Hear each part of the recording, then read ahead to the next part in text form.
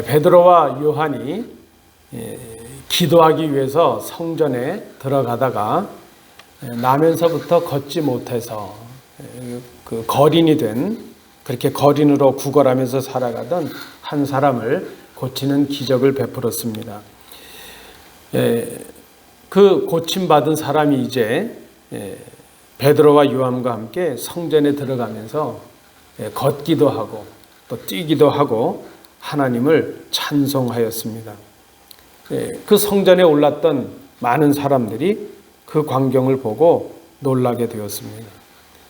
40살이 40살이 훌쩍 넘어가도록 걷지 못했던 그 사람이, 그래서 할 수 있는 일이 없으니까 구걸하는 것으로 연명하던 그 사람이 완전하게 나음을 받고 자기의 발로 걷고 뛰고 찬송하는 그 모습을 많은 사람들이 보았기 때문입니다.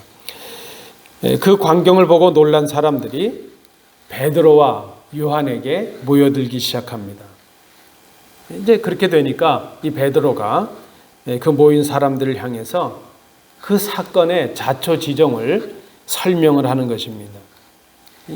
그 이적, 방금 전에 있었던 이적의 사건에 대해서 설명을 하고 또 그것이 바로 설교가 되었습니다. 그 베드로의 설교가 오늘 본문의 내용입니다.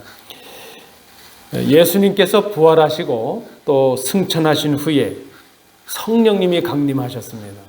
그 성령님의 강림으로 이 땅에 교회가 시작이 되었습니다. 예수님의 십자가, 그 십자가의 죽으심과 부활을 제자들이 경험을 했습니다. 예수님의 십자가의 죽으심과 다시 사심, 그 부활하심을 경험한 제자들은 다시 오실 주님을 이제 기다리게 되었죠. 주님께서 승천하시면서 다시 오시겠다 약속을 주셨기 때문입니다. 그래서 처음에 그 사람들은 다시 오실 주님을 기다리면서 이제 그 약속을 기다리면서 담대한 복음의 증인들이 되었다는 것입니다. 그 처음 제자들, 그들이 증거했던 전도의 핵심과 중심이 무엇인가 하면 예수님께서 십자가에 죽으셨다는 것, 그리고 그 죽으셨던 예수님께서 다시 사셨다는 것, 그리고 그 다시 사신 예수님께서 약속하신 대로 곧 다시 오셔서 이 땅을 심판하신다는 것, 그것이 바로 그들의 증거의 전도의 핵심이었습니다. 한마디로 말하면 부활하신 예수님, 바로 그들이 증거한 것은 그것이었죠. 그 제자들 중에 대표적인 사람이 바로 이 베드로라는 제자입니다. 사도행전에 보면 베드로의 5편의 설교가 나타나고 4번의 연설이 나타납니다. 그런데 어떤 분들은, 어떤 학자들은 이 9편 모두를 설교로 이렇게 규정하는 그런 분들이 있기도 합니다. 오늘 우리가 읽으신 본문은 베드로의 그 설교들 중에 2번째 설교에 해당하는 부분입니다. 오늘 내용에서 보면 베드로는 방금 전에 있었던 이 기적의 사건을 16절에서 이렇게 정의를 해주고 있습니다. 예수 그리스도로 말미암아 난 믿음으로 완전히 낫게 된 사건. 40년 동안 걷지 못했던 그 사람이 고침을 받았는데 베드로는 그 사건을 그렇게 정의한 것입니다. 우리의 능력으로 고침 사건 그렇게 말하는 것이 아니라 예수 그리스도로 말미암아 난 믿음으로 완전히 낫게 된 사건, 그렇게 정의를 하고 있습니다. 고침을 받았는데 완전한 고침을 받았다는 것이죠. 완전한 치유가 있었다는 말입니다. 완전히 낫다 하는 이 말은 우리 성경으로는 2 단어로 완전히 낫다 이렇게 되어 있는데 그 원어 성경 헬라어에 보면 한 단어로 되어 있는 것을 봅니다. 홀로클레리아라는 단어입니다. 홀로클레리아. 이 말의 의미는 뭔가 하면 우리 몸의 전체가 완전해졌다 하는 그런 의미가 있습니다. 여러분, 이 세상에 고치는 것은 어떻습니까? 세상의 의술은 전체적으로 고치는 게 힘듭니다. 여러분들도 경험하시죠? 뭐가 하나 부족해서 약을 하나 먹게 되면 그 약 때문에 다른 곳이 약해지는 그런 일들이 생기죠.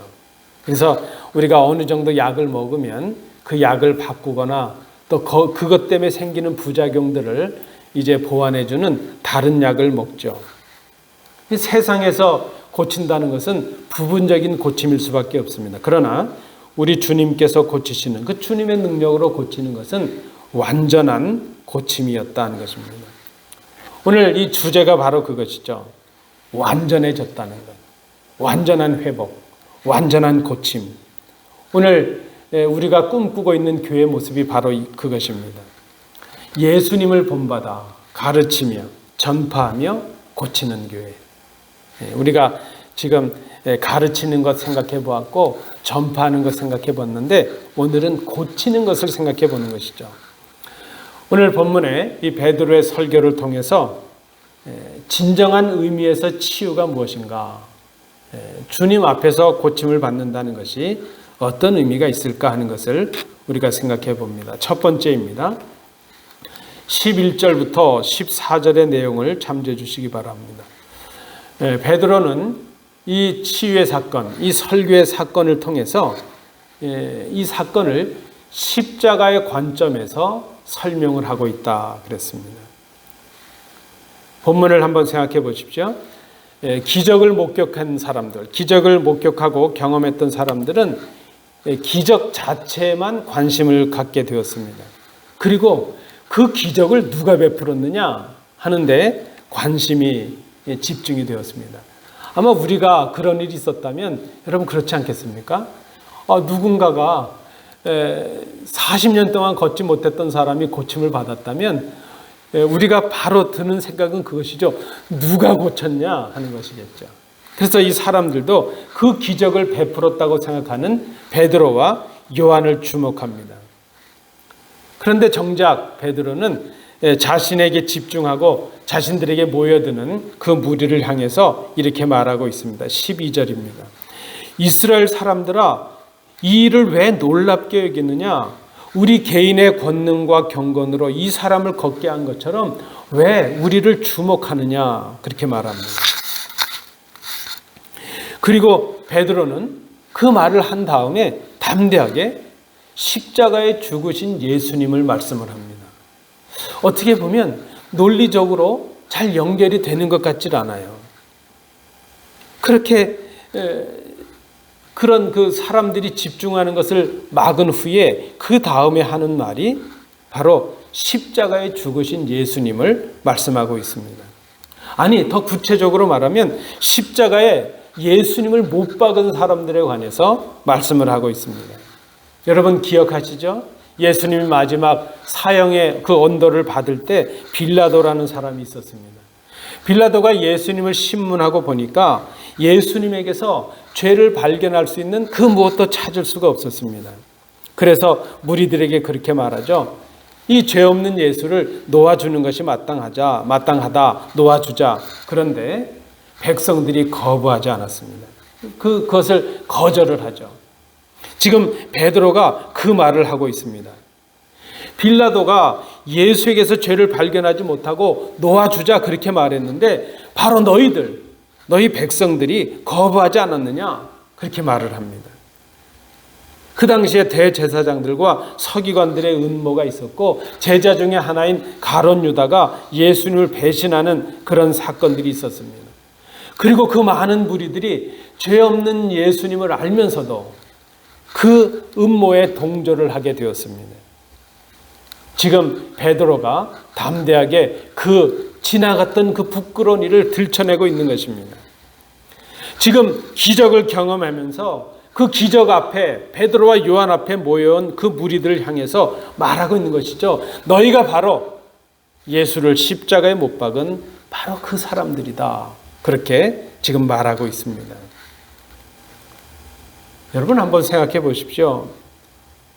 완전한 치유의 사건을 설명하면서 왜 십자가를 말하고 예수님의 죽음을 말하고 왜 그 모여있는 무리들을 향해서 너희가 예수를 죽였다, 십자가에 못 박은 사람들이 바로 너희들이다, 그렇게 말을 할까?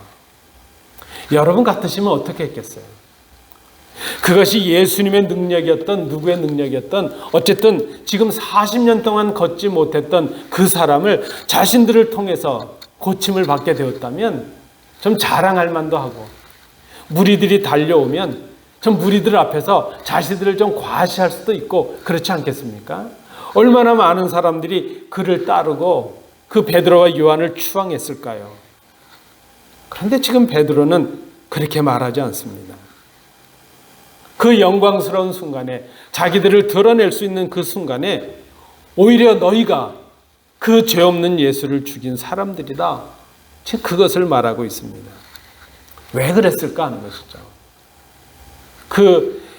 그저 한순간만 생각하면 자신들의 영광을 드러내고 자랑을 할 수 있는 그 자리에서 왜 이 베드로는 십자가의 사건을 말하고 예수님의 죽으심을 말하고 바로 너희가 예수님을 죽인 사람들이라 그렇게 말하고 있을까?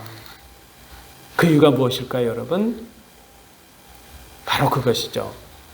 예수님의 십자가를 통과하지 않고는, 예수님의 십자가를 통하지 않고는 진정한 회복과 치유를 얻을 수 없기 때문이라는 것입니다. 여러분 기억하십시오.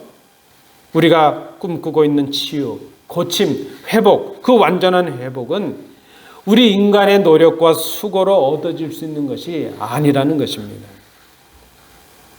완전한 치료, 완전한 회복은 우리가 그렇게 신뢰하는 그런 의술, 의학의 어떤 지혜와 수고를 넘어서는 것입니다. 여러분, 이 땅의 의술이 얼마나 많이 발전했습니까? 그러나 의사들이 다 고치지 못합니다. 오히려 그 의사들을 통해서 성령님이 역사하시고 하나님께서 그 의사들을 선한 도구로 사용하는 것이 맞는 해석일 것입니다. 우리 인간의 수고와 노력으로, 우리의 능력으로 온전한 회복을 얻을 수가 없다는 것입니다. 완전한 치유는 우리 사람의 지혜와 수고를 넘어서는 것입니다. 완전한 회복, 완전한 고침, 그 치유는 의학이나 과학의 차원이 아니라 그래서 신앙의 차원입니다. 믿음의 문제라는 것입니다. 오늘 본문에서 베드로가 그렇게 고백합니다. 우리 개인의 권능이나 우리 개인의 어떤 경건으로 이 사람을 걷게 하는 것이 아니라 하는 것이죠. 바로 이 사람의 나음은 십자가에 죽으신 예수님의 죽음의 사건에서 시작하고 있다는 것을 선언하고 있습니다. 우리가 회복을 꿈꾸고 치유를 꿈꾸고 온전한 고침을 꿈꾼다면 그 치유의 첫 단계는 바로 예수님의 십자가 앞에 엎드리는 데 있습니다. 우리 믿음의 문제는 바로 거기에서 시작을 합니다. 예수님의 십자가 앞에서 내가 죄인임을 고백하는 것, 거기에서 진정한 고침과 회복이 시작할 수 있다는 것입니다. 여러분, 어떤 사람이 잘 회복이 될 수 있을까요? 먼저 내가 병들었다는 것을 아는 사람입니다. 요즘에 치명적인 질병들이 너무나 많아요. 간암, 무슨 췌장암, 암도 얼마나 많은지. 그런데 대개 치명적인 질병의 그 내용을 보면요, 알았을 때는 너무 늦는다는 거예요. 되게 그렇지 않습니까? 조기에 발견하면 위암 같은 것 조기에 발견하면 그 생존율도 높아지고 치료할 수 있는 가능성이 높아진다는 거예요. 그러나 치명적인 질병일수록 자각하는 게 힘든다는 것이죠. 정말 이상해져서 너무 아파서 가보면 늦었다는 거예요. 우리 드라마에 나올 법한 얘기 아닙니까? 진단을 받았는데 검사 결과를 보는 날 의사가 말해요. 심각한 표정으로. 너무 늦었습니다. 그러는 거예요. 우리가 그렇게 연약한 사람들이죠. 내가 병들었다는 것을 알아야 정확한 진단을 받을 수 있고 좋은 의사를 만나서 치료의 방법을 논할 수 있지 않겠습니까? 우리의 영적인 문제도 그렇습니다. 영적으로 내가 지금 죽어가고 있다는 것, 병들어 있다는 것, 내 신앙이 공핍하고 핍절해 있다는 것, 감으로 터져 있다는 것, 말씀의 기갈을 느끼고 있다는 것, 그것을 깨닫지 못하면 고침을 받을 수 있는 길이 요원하다 하는 것입니다. 먼저 우리가 생각해야 될 것입니다. 내가 병들었다는 것, 내가 부족하다는 것, 내가 회복이 되어야 된다는 것을 깨닫는 것, 그것이 중요하다는 것. 그래야 치료의 길을 걸을 수가 있기 때문입니다. 그것은 내가 치료가 필요한 사람이요, 주님의 능력이 필요한 사람이요, 주님의 고치심이 필요한 존재라는 것을 깨닫는 것입니다. 내가 주님을 십자가에 못 박은 죄인임을 고백하는 것입니다. 거기에서부터 진정한 믿음이 시작되고 그리스도인의 삶이 시작되고 거기에서부터 진정한 회복이 시작되는 것입니다. 사랑하는 성도 여러분, 진정한 회복을 원하십니까? 진정한 나음을 원하십니까? 진정한 고침받음을 원하십니까? 그렇다면 주님의 십자가 앞에 엎드리십시오. 나를 위해 십자가에 죽으시고 피를 흘리셨던 그 주님 앞에 엎드려서 내가 지금 죽어가고 있음을, 내가 지금 병들었음을, 내가 주님의 능력으로 회복되어야 될 사람임을 고백하는 것, 그것이 바로 우리 치유와 회복의 시작이 될 수 있다는 것입니다. 그래서 지금 베드로는 그 기적의 사건을 설명하면서 이 사건을 십자가의 관점에서, 주님의 십자가의 죽으심에서 이 사건을 해석하고 있다는 것입니다. 두 번째입니다. 베드로의 설교에서 우리가 또 발견할 수 있는 것은 15절, 16절 말씀을 참조해 주시기 바랍니다. 베드로는 이 기적의 사건이 바로 부활하신 예수님의 능력이라는 것을 말하고 있습니다. 사람들은 베드로와 요한이 고치니까 베드로와 요한의 능력인 줄 알고 베드로와 요한에게 막 몰려왔죠. 그러나 베드로는 그것이 자신들의 능력이 아니라 바로 부활하신 예수님의 능력이라는 것을 말합니다. 본문을 보십시오. 베드로가 무리들에게 이렇게 말합니다. 너희가 생명의 주를 죽였도다. 그렇게 말합니다. 예수님은 죄로 물든 이 세상에 참 생명을 주기 위해서 오신 생명의 원천이셨습니다. 생명의 주인이셨습니다. 그런데 그 죄 없으신 예수님을 사람들이 십자가에 못 박여 죽였습니다. 그래서 지금 베드로가 그렇게 말합니다. 너희가 죽인 생명의 주를 하나님께서 죽은 자 가운데서 살리셨고 그 일에 바로 자신들이 증인이 되었다. 그렇게 말합니다. 예수님이 죽으셨습니다. 그것은 사실입니다. 너희가 예수를 죽였지만 하나님께서 그를 다시 살리셨다. 하나님은 다시 사신 그 부활하신 예수님이 바로 능력이 되게 하셨다는 것입니다. 이것이 초대교회 신앙이었습니다. 예수가 죽었다는 것, 힘없이 죽었다는 것, 그 간악한 무리들로 인해서 십자가에 죽었다는 것. 그런데 그 죽으신 예수를 하나님께서 다시 살리셨다는 것. 이것이 바로 부활신앙이요, 초대교회와 제자들이 선포했던 핵심이었습니다. 주님께서 부활하셨다는 것입니다. 이 생명의 주인께서 바로 우리를 위해서 이 땅에 오셨습니다. 여러분, 우리는 죄로 말미암아 죽을 사람들이었고 영원히 죽은 사람들이었습니다. 그러나 하나님께서 다시 살리신 그 예수님을 통해서 우리를 다시 살리게 하십니다. 예수님께서 십자가에 죽으심으로 우리를 당신의 피의 값으로 주고 사신 바 되셨습니다. 이제 우리의 주인이 예수님이십니다. 그래서 우리는 그 예수님을 주님이라 그렇게 고백을 합니다. 우리의 살고 죽는 것이 하나님께 달려있고 우리 주님께 있습니다. 하나님이 살리신 그 예수님이 우리를 다시 살게 하신다. 이것이 바로 부활신앙입니다. 하나님께서 예수님을 살리신 것을 믿는 것, 그 부활하신 주님이 지금도 우리와 함께 하시고 우리를 고치시고 우리도 주님처럼 다시 살게 하신다는 우리의 생명의 주인이시라는 것을 믿는 것, 그것이 바로 부활신앙입니다. 여러분, 우리가 가진 생명의 주인이 주님이시라는 것을 여러분 고백하십니까? 믿으십니까? 우리 온라인으로 예배하시는 분들도 속으로 좀 대답해 보십시오. 예수님이 나를 위해 죽으셨다는 것, 그분이 이제 나의 생명의 주인이 됐다는 것을 믿으십니까? 믿으시죠? 우리는 그저 내가 가지고 있다고 생각하면 내가 주인이라고 생각해요. 저는 한국에서 목회를 할 때 아주 잊을 수 없는 하나의 경험이 있습니다. 이건 제 간증이기도 하죠. 정말 예수님께서 우리의 생명의 주인이시라는 것을 절감하였습니다. 우리 성도님의, 제가 섬기던 교회 성도님의 갓난아기가, 이제 만으로 2살도 채 안 된 아기가 심장에 큰 문제가 생겼습니다. 그래서 심장의 수술을 받고 그냥 여러 날을 병원 중환자실에 있습니다. 나중에 그 부모님이 그 아이를 고치기 위해서 미국으로 가신 것까지 제가 기억을 합니다. 하여튼 제가 자주 그 병원에 가서 그 중환자실에 들어가서 그 아기를 위해서 간절히 기도합니다.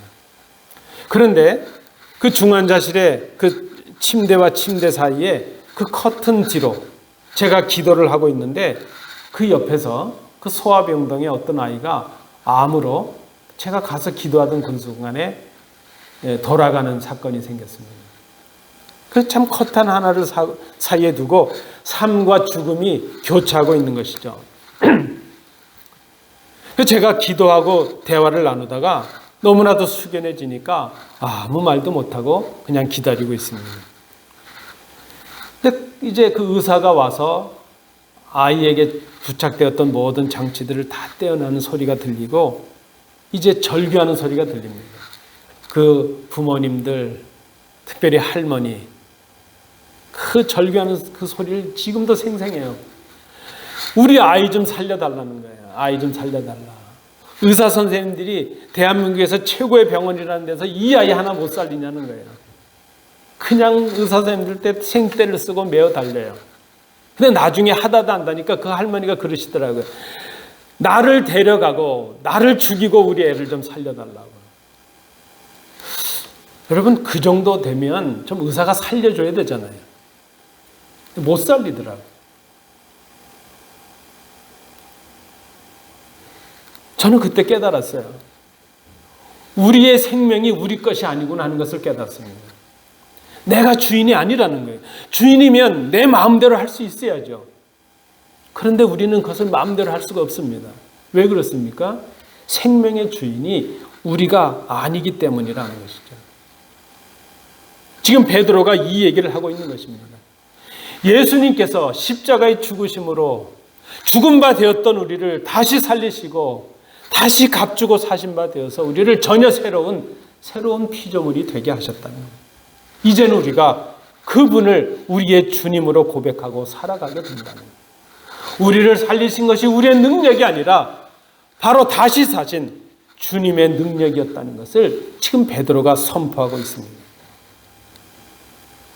이 모든 일이 40년 동안 걷지 못하여 그저 비참하게 살아갔던 이 사람이 이렇게 고침받았던 그 일이 단 한 가지, 오직 예수님의 이름을 믿음으로 가능해졌다는 것입니다.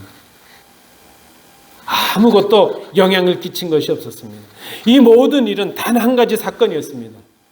나를 위해 십자가에 죽으신 그 예수님, 그 예수님의 이름을 믿음으로 이루어졌다는 것입니다. 성도 여러분, 무슨 큰 능력을 바라십니까? 무엇이 능력입니까? 예수를 나의 주님으로 고백하는 것, 예수님의 이름을 믿는 것, 그것이 믿음이요 능력입니다. 그 예수님이 우리의 죄를 사하시고 우리를 구원하셨다는 것을 믿는 것, 그것이 능력입니다. 부활하신 그 예수님께서 지금도 우리의 믿음이 원천이 되시고 우리의 능력의 원천이 되신다는 것을 믿는 것, 그것이 바로 능력이 됩니다. 본문 16절을 보십시오. 베드로가 선포합니다. 그 이름을 믿음으로 그 이름이 너희가 보고 아는 이 사람을 성하게 하였나니 예수로 말미암아 난 믿음이 너희 모든 사람 앞에서 이같이 완전히 낫게 하였느니라. 예수님의 능력은 죽음을 이기신 능력입니다. 그 능력이 40년이 넘도록 안진뱅이였던 이 사람을 완전히 낫게 하였습니다. 그 능력은 그때로 끝나는 것이 아니라 지금도 이어집니다. 완전한 치유는 지금 우리가 부활하신 예수님을 믿음으로 우리에게 시작이 되는 것입니다. 오늘 마지막 세 번째입니다. 우리가 베드로 설교를 통해서 또 깨닫는 것. 베드로는 이 기적의 사건을 통해서 그 새롭게 하시는 역사가 오늘도 우리에게 일어난다는 것을 선포하고 있습니다. 다시 한번 본문을 생각해 보십시오. 베드로는 날 때부터 이 사람이 이제 4장에 가서 보니까 40세가 넘었다 그래요.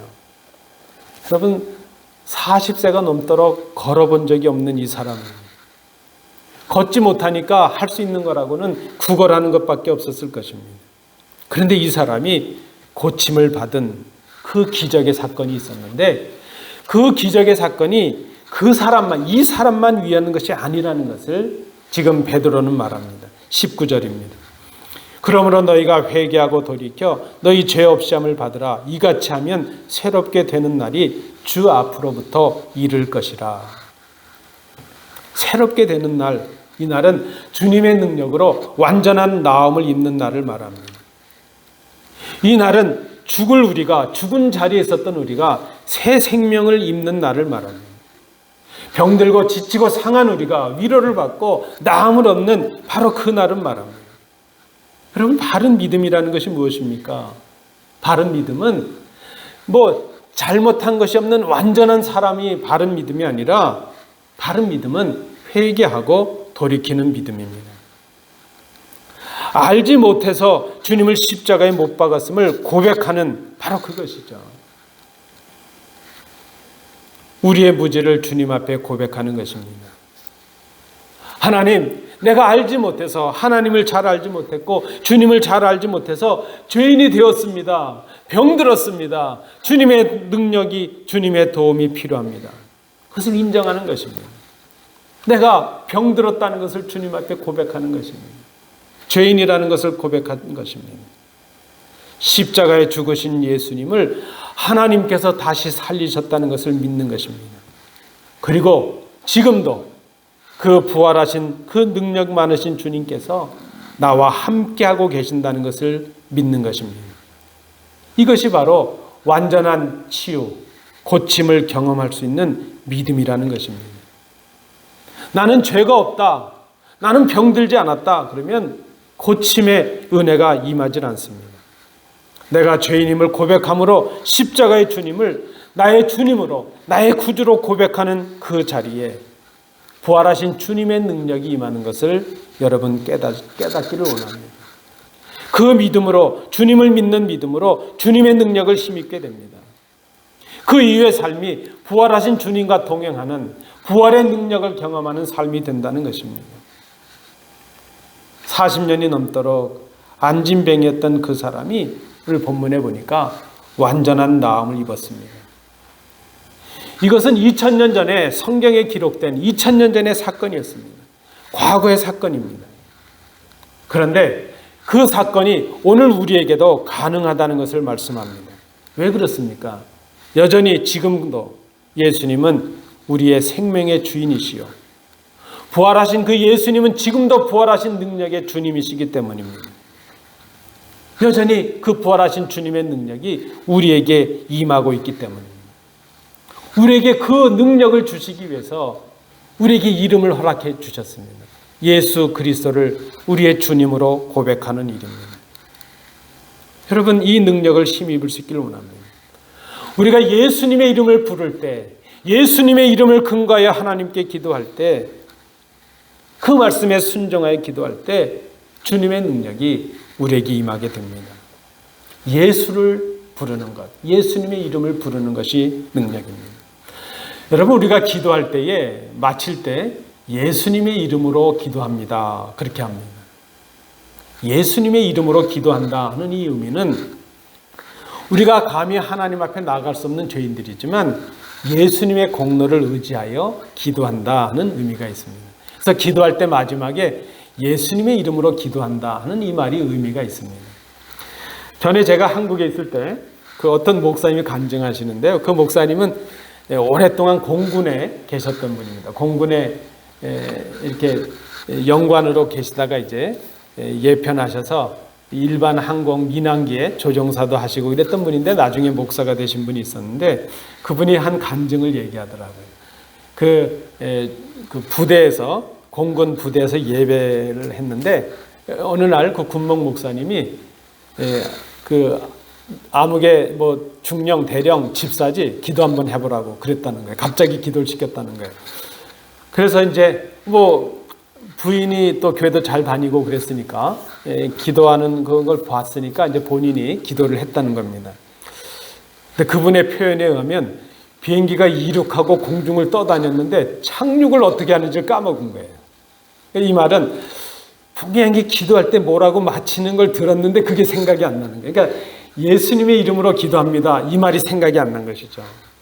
그래서 그 목사님이 기도를 해야 되는데 이거 어떻게 맞춰야 될까 고민하다가 이렇게 했다는 거예요. 그만 착륙하겠습니다. 충성 그랬다는 거예요. 여러분 기도는요 유창한 말이 있느냐 없느냐 그게 중요한 게 아닙니다. 어떤 내용으로 기도하든지 예수님의 이름으로 기도한다는 것 그것이 참으로 중요합니다. 예수님의 이름에 능력이 있기 때문입니다. 말씀을 맺습니다. 올해 우리는 이런 교회를 꿈꿉니다. 예수님을 본받아 가르치며 전파하며 고치는 교회. 예수님을 본받아 고치는 교회, 고침을 경험하고 다른 이들을 고치는 능력을 행하는 교회. 우리 교회가 꿈꾸는 교회 모습입니다. 이 완전한 고침은 그저 우리의 물질적인 것, 육체적인 것, 그 치료만을 의미하는 것이 아닙니다. 이 땅에서의 우리의 감정과 몸의 행복만을 이제 말하는 것이 아닙니다. 그리고 완전한 치유는 우리의 수고, 우리의 능력으로 얻을 수 있는 것이 아니라 주님께서 주시는 선물입니다. 그것은 우리의 물질적인 풍요나 육체의 건강이나 감정이나 정서나 마음의 안정감 같은 그런 것을 훨씬 뛰어넘는 치유와 회복을 말합니다. 그래서 여러분 완전한 회복, 완전한 고침은요 예수님을 모르면 얻을 수가 없습니다. 예수님의 십자가의 사건을 깨닫지 못하면 그에게 완전한 회복은 없습니다. 예수를 나의 구주로 주님으로 믿지 못하면 얻지 못하는 회복입니다. 십자가를 통하지 않는 치유는 완전한 치유가 아닙니다. 완전한 치유가 없이는 일시적으로는 고침을 받을 수 있지만 진정한 행복은 없습니다. 십자가를 모르고 부활을 모르면 진정한 회복을 얻을 수가 없습니다. 어떻게 우리가 얻을 수 있습니까? 지금 우리가 십자가의 주님 앞에 엎드리는 것입니다. 주님이 나를 위해 죽으셨음을 고백하는 것입니다. 믿는 것입니다.